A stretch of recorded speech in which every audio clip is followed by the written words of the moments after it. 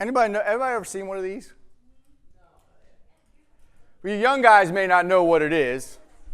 Back in the day, this is called a Viewmaster, by the way. It's a Viewmaster.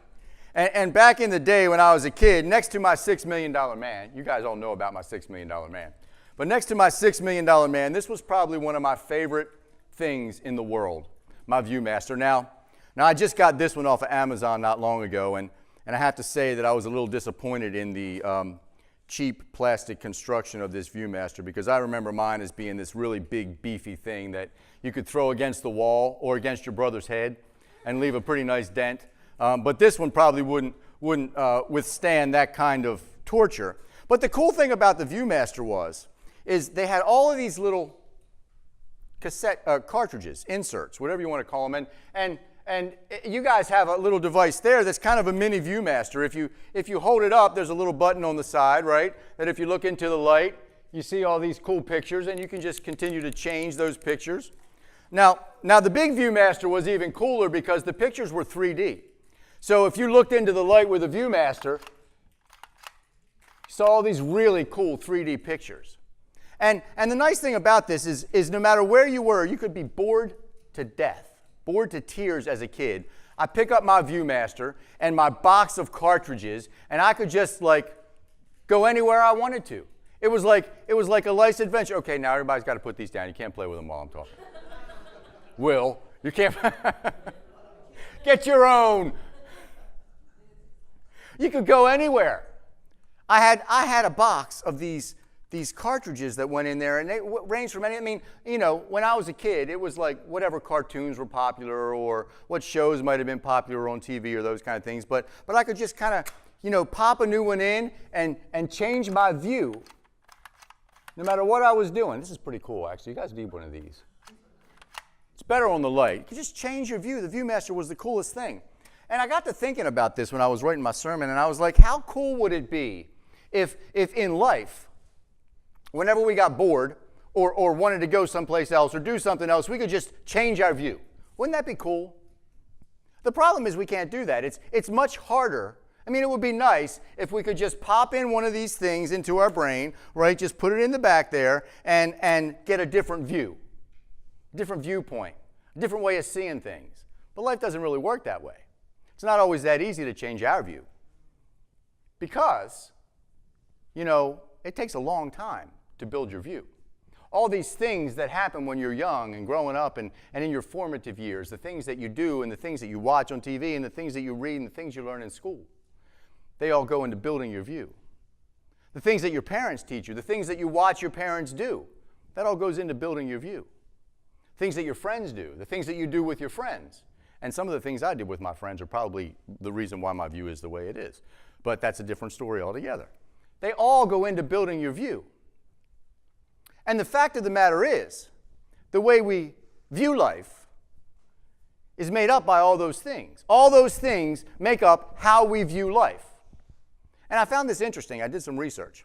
There are basically 7 accepted, scientific if you want to call it that, 7 accepted views of life. And they say that everybody at their baseline level of life view has one of these.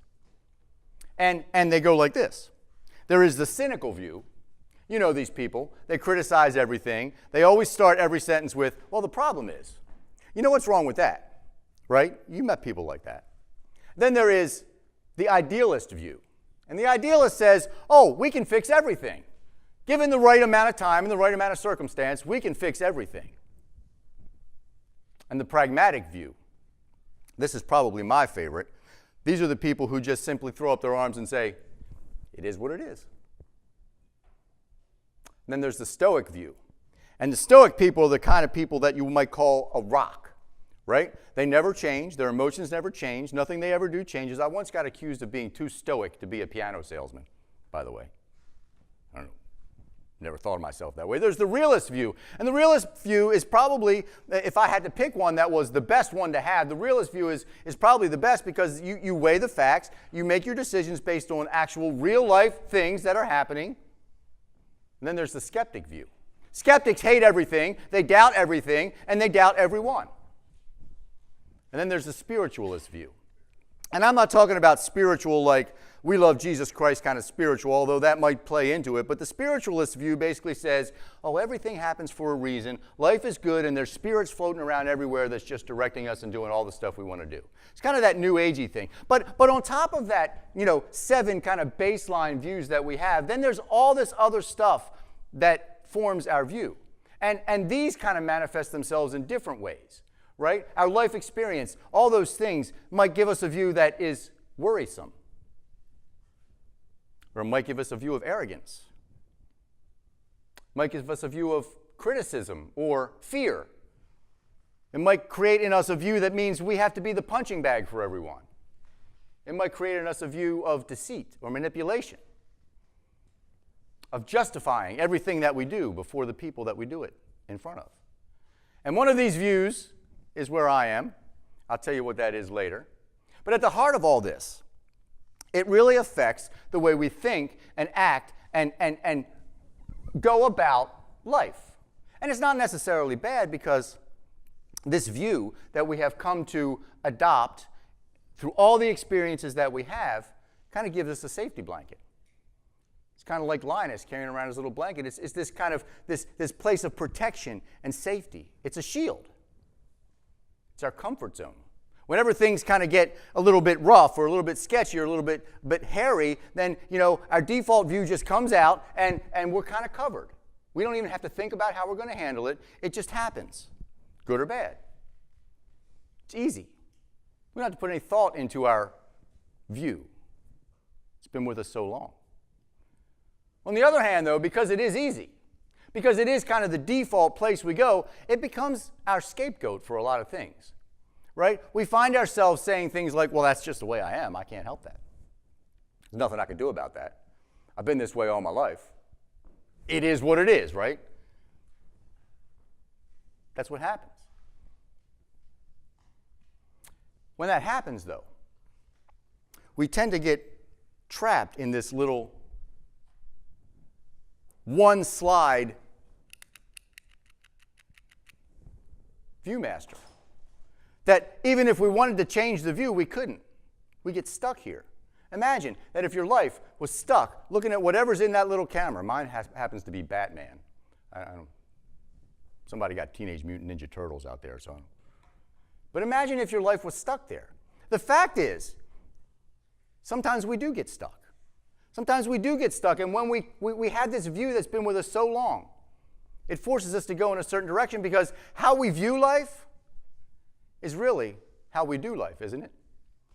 I mean, if you could pick one of those views, if you thought about it and you said, yeah, that's me, I'm that person, I'm right there, and then you really think about how you react and move and live and kind of go about your whole daily thing, you'll know that how you view life is how you do life. It's something we all deal with. I mean, this is truly a human problem. We have grown up and been formed for so long with this view that it's really hard to get rid of it, but it doesn't have to be that way. Not only does it not have to be that way, but it's not a new problem. This is not a 21st century problem. It's not a 19th century. I mean, this problem has been around forever. And one of our favorite writers, Paul, he dealt with this. He formed a church in Corinth. And the city of Corinth, in the day, was probably one of the worst places you ever wanted to live. There were no rules. Everything goes. I mean, they had temples to prostitutes in Corinth, right? I did a sermon a couple of years ago, and I was talking about Corinth, and I put up a picture that said, what happens in Corinth stays in Corinth. It was that kind of place, right?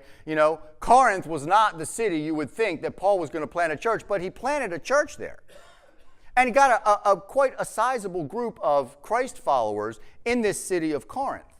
Now, the problem was that the Corinthians had been living this life so long that their view was embedded in them. The way they had been doing life before coming to Christ was their default thing. So every time Paul turned a corner, the Corinthians were going right back to the way they thought before. Their view was impacting their do.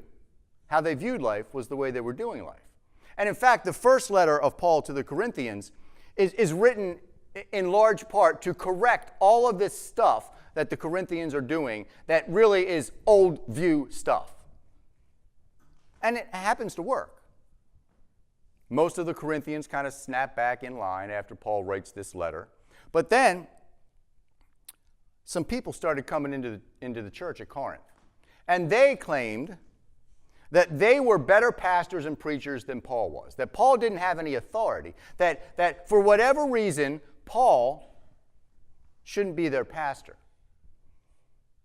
And they came in and they just kept hammering and hammering at the Corinthians, and Paul got wind of this. And in fact, some people say that the thorn in the flesh that Paul talks about all the time is actually these people who came in and challenged his authority at the churches in Corinth. It wasn't just in Corinth, but it was a couple other places. And that's where we're going to kind of pick up today. Paul is writing his second letter to the Corinthians, which is in large part a really nice letter. He's saying, way to go, good job, don't forget to give money to the people in Jerusalem, help support us, that kind of thing. But then somewhere along the line, the really smart people think that Paul got wind of this kind of attack on his character and on his authority while he was writing this letter, and he kind of automatically switches gears to address this situation. If you're following along, we're in 2 Corinthians chapter 10, we're in verses 1 through 5. And here's what Paul writes. By the humility and gentleness of Christ, I appeal to you. I, Paul, who am timid when face to face with you, but bold toward you when away. So, I have to give you this. It's kind of funny. The reason this is quoted, these words, timid and bold, basically what Paul is saying is, yeah, it's me. The guy all those people over there are saying is so timid. If he was in person, he would be using these big air quotes. So timid in front of you when I'm away, but so bold when I'm writing to you in letters. That's kind of what's going on here. He's making fun of the people who are criticizing him. He says, I beg you that when I come, I may not have to be as bold as I expect to be towards some people who think that we live by the standards of this world. For though we live in the world, we do not wage war as the world does. The weapons we fight with are not the weapons of the world. On the contrary, they have divine power to demolish strongholds. We demolish arguments and every pretension that sets itself up against the knowledge of God, and we take captive every thought to make it obedient to Christ. At the heart of it, what Paul is talking about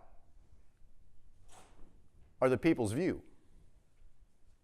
Because these guys who were coming in and attacking Paul's character and his authority, they were playing on the fact that the Corinthians were holding on to their worldly view, the view they had come to love so much, the place that they go when everything else, they don't have to think about it, their default place. That's what they were kind of appealing to. They're like, that Paul guy, right? He's all bark and no bite. He just lives by the rules of this world. They thought, well, we can get that in their brains because that's the way they think, and we can make this argument. And we can attack Paul, and we can come in here, and we can take over this church. It was all about the view. They accused Paul of walking in the flesh. Now that's kind of funny, because usually when Paul writes about walking in the flesh, what he's talking about is sin. But in this case, he's actually talking about living in the world. And what happens when we live in the world and all the influences around us and how that affects our view. These people are saying that Paul, he just lives in the world. And that's why when he writes to you, he's all big and bad, but when he comes to you, he's all timid. He's really not as bold as he says he is. He's all bark, no bite. And those opponents' arguments could only work because the Corinthians were holding on to their view. They assumed that because they thought a certain way, that Paul's opponents had a certain view, that the Corinthians had the same view. And this is how it works with us. I told you I would tell you what my view is. And so if you're ready, here it goes. When I was a kid, my brother was not the most well-behaved older sibling in the world. And in a way that was good, because later on in life I managed to get away with a lot of stuff because my brother had set the bar really high. But when I was younger, what that meant was my brother got all the attention in the family. It was bad attention. My parents were always screaming at him, always grounding him, always telling him he was doing the wrong stuff. And I kind of just got, sat on the side. And I felt in my heart that I didn't get the same amount of attention that my brother got.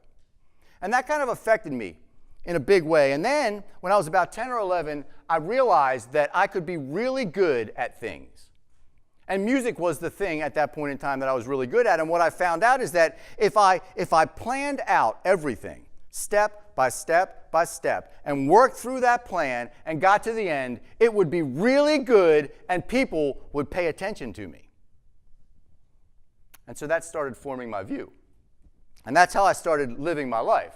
I would plan. I would say, okay, I know that A has to happen before B, that has to happen before C, all the way down until I finish. And if I do all those things in the right order, in the right way, then by the time I get here, everybody's going to stand up and say, way to go, Chris, great job. That formed my view. And if you've ever been around while we're packing up or setting up for worship, you'll know that the running joke on the worship team is that my view is OCD. Right? I had this obsessive compulsive disorder that everything has to be wrapped the right way, that all the cables have to be put around the right way, that, and what's true is not that my view is obsessive compulsive. My view is that I think not that there's a right way, but that there's my way. Right or wrong. In fact, I will take out things from the case and put them in the right way. I do that almost every time. So that's kind of my view, but the problem with that is that I assume everyone else has the same view. Just like the guys in Corinth who were attacking Paul, they assumed that because they had a view that they were going to play on the Corinthians who probably held the same view. I believe that you also plan everything out from point A to point Z and get there in the same way that I do, and then I get really upset when you don't do it that way. It's true. And I'm working on that. I'm telling you, I'm working on that. It's been hard to let go of some of those steps in the middle and just let people do it the way they want to do it. But I assume that everyone else thinks the same way I do. And that's what these guys in Corinth who were coming in and attacking Paul, that's what they assumed. Because the people in Corinth, they still were holding on to all their ways of manipulating people and their smooth talk and their quest for power and this thing that they had where they lorded all the good stuff over everybody else. They were still holding on to that stuff. And these opponents of Paul could come in and play on that view, because when we had that default view, that's exactly where we go. It was an easy sell for them. But Paul said, oh, no. We live in this world, but that's not how we war in this world. That's not how we operate. We operate on a different plane. And that plane that we operate on can demolish all of these strongholds. And when Paul says strongholds in this context, what he's talking about are the perceptions and views that are trying to be sold against Paul. These thoughts and views and perceptions that Paul's opponents are trying to sell the church in Corinth to get Paul kicked out. I mean, can you imagine anybody talking bad against the Apostle Paul? Could you imagine that? All the stuff he's done, all the churches he's planted, all the people he's brought to Christ. If it wasn't for Paul, we probably wouldn't be here today. And with all that going on, Paul is able to get through those strongholds, to cut through the views that are being sold to the church in Corinth. And he sees something that is so much bigger than this nuisance of people who are coming and attacking his character. And he gives us his solution to the problem. He says, we, Paul, and all of my associate pastors who mentor and pastor your church, we take every thought captive. And that picture is like putting your thought in prison, and you as the warden who can direct everything that happens with your thoughts. And not only do we take it captive, but we make it obedient to Christ. Now that puts a different spin on it. We take every thought captive, and we make it obedient to Christ. And when you read this, you might think that what Paul's saying is, I just say, what would Jesus do?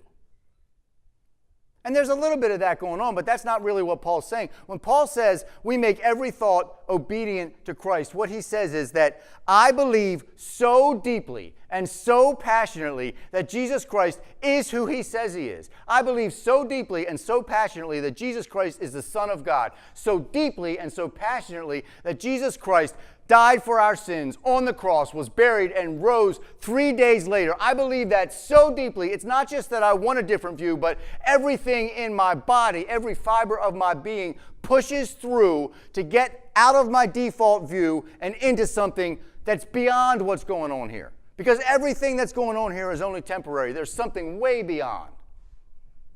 And I take every thought captive, knowing that everything that's in front of me doesn't matter, because what's beyond is what matters. Paul says we don't have to let how we view life dictate how we do life. But when you think about it, does it really matter? I mean, does it really matter that we have this default view that sticks with us? Does it really matter whether or not we can take out this, that's my view, whether we can take that out and put in a different view? Does that really matter if we do that and kind of look at the world through a different lens? Are we okay just being stuck with this single view of life all the time? I really love these things, by the way. Well, does it? Imagine if Jesus had stuck with a default view. Imagine. We don't know exactly when Jesus kind of got clued in from God the Father on what the real plan was. But somewhere between the time he was born and the time he went into ministry at, say, 30-ish or so, we know Jesus must have gotten clued in. God must have spoken to him and said, this is the plan for your life. You will become the Lamb of God. You will take and become sin. You will be sacrificed so that all these people can come back to me. Somewhere along the way, Jesus knew that. But the other part of that is that all along that way, Jesus lived in this world, right? He lived in this world. He grew up with brothers and sisters. He grew up with people he played out in the street with. All this stuff affected his view. His parents thought a certain way. His friends thought a certain way. His community thought a certain way. All that stuff could have given Jesus any view he wanted. And Jesus could have, instead of saying, no, I see God's view, he could have said, no, my view is I'm going to get out of here. But he didn't. In fact, the writer of Hebrews, we read this passage a while ago, and this is the passage where we talk about this great cloud of witnesses and how through faith this great cloud of witnesses did all this stuff. And then the writer of Hebrews sums it up this way. He says, we fix our eyes on Jesus, the pioneer and perfecter of the faith. And this is the part that really hits home if you think about it. For the joy set before him, he endured the cross, scorning its shame, and sat down at the right hand of the throne of God. Jesus could have allowed his view of life to affect the way he does life, but he didn't. He saw something that was far beyond what was going on in the here and now. And that's where we get stuck with our default view, is right here and right now. But Jesus saw something far beyond that, and he didn't allow his default view to keep him from what God had planned for him. He focused his thoughts on what was ahead. He took his thoughts captive. He made them prisoner to himself. And look at the outcome. Because Jesus did that, because Jesus didn't accept his default view, or the view that any of us probably would have taken, and saw what was past that, we all can come back into a relationship with God our Father. Imagine if he hadn't done that. Now, what if we were able to do that? What if we were able to do what Jesus did? What if we are truly able to take out our My View cartridge and put in our Jesus Christ cartridge into our life viewer and do something different? What if we were able to do that? What would this world look like? What would your life look like if you were able to do that? Instead of letting our default view dictate our what we do in this world, if we took our thoughts captive and made them obedient to Christ. Instead of approaching the world with cynicism, What if we took our thoughts captive and made them obedient to Christ? Or approaching this world with judgment. Instead of that, what if we took our thoughts captive and made them obedient to Christ? Or this is even better because many of us go through this life with doubt and fear and anxiety. And what if we were able to get past all of that and see past what was going on right here, where we're so scared and so fearful and so anxious about what's going on, to what's in the future, what's past us, what God has planned for us? What if we could take our thoughts captive and see past that into what God has in store for us? What would that look like? What if we stopped saying, well, this is just who I am? And we started saying, this is who I want to be. A disciple, a follower of Jesus Christ. What would that look like? And we can do that because Jesus did that. And Jesus is our strength. Jesus is our rock. Jesus is our only hope in this world. But still, there's something that keeps us stuck in this one view, miniature version in our life. And I thought about that long and hard. And then I heard another pastor online somewhere. I think Susie actually turned me on to it, and I don't even remember his name. But he was talking about Romans 10:9. And I'm not going to read the verse. I'm going to kind of paraphrase it, and I hope I get it right. And Romans 10:9 says this. It says, if we confess with our mouth that Jesus is Lord and believe in our heart that God raised him from the dead, then we'll be called children of God. And if we say with our tongue, if we verbally speak those words, Jesus is Lord, and believe in our heart that God raised him from the dead, then we'll be saved. But notice what this verse doesn't say. It doesn't say, if we speak with our tongue that Jesus is Lord and believe in our head that he was raised from the dead. I think this is why it's so hard for us to get rid of this view, to take our thoughts captive, to make them obedient to Christ, is because many of us, and I was there for a long, long time, and I still go back to there if I'm not careful. Many of us say, we want Jesus to live on the inside of us, but we don't want Jesus to show on the outside of us. We think if we think the right things and we say the right stuff and we quote the right Bible verses and we come to church on Sundays, that somehow our thoughts and our actions are going to be affected by that. Have you ever met somebody and tried to think yourself in love with them? It doesn't work that way. You can't think yourself into loving your job. You can't think yourself into the fact that when you do the polar bear plunge, that's going to be 80-degree water. All of that stuff comes from here. And when our heart is convinced, when we believe in our heart that something is true, then our mind follows. It's never the other way around. See, sometimes we just merely assent to the fact that Jesus is the Lord of our life, and we don't really ever do anything else about it. We keep our default view. We just keep our own kind of view right here in our little ViewMaster. We just put my view right in there, and we're happy just clicking the same 12 slides all the time. We're happy with that. And that's why our view gets stuck. And it's not easy, because we've had this view for a long time. I've had mine for 49 years. And tomorrow, I will still plan everything from point A to point Z, and I will still go about that progression, and I'll probably still at some level think everybody else should do the same thing. But I'm trying.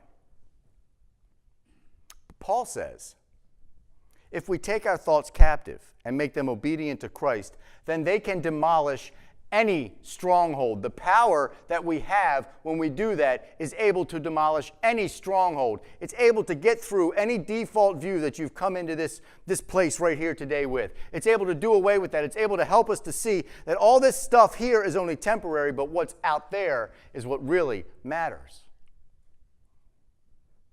It's hard. It takes vigilance.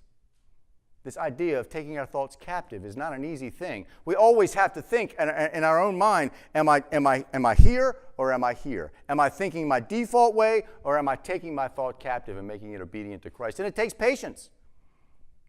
Nothing changes overnight.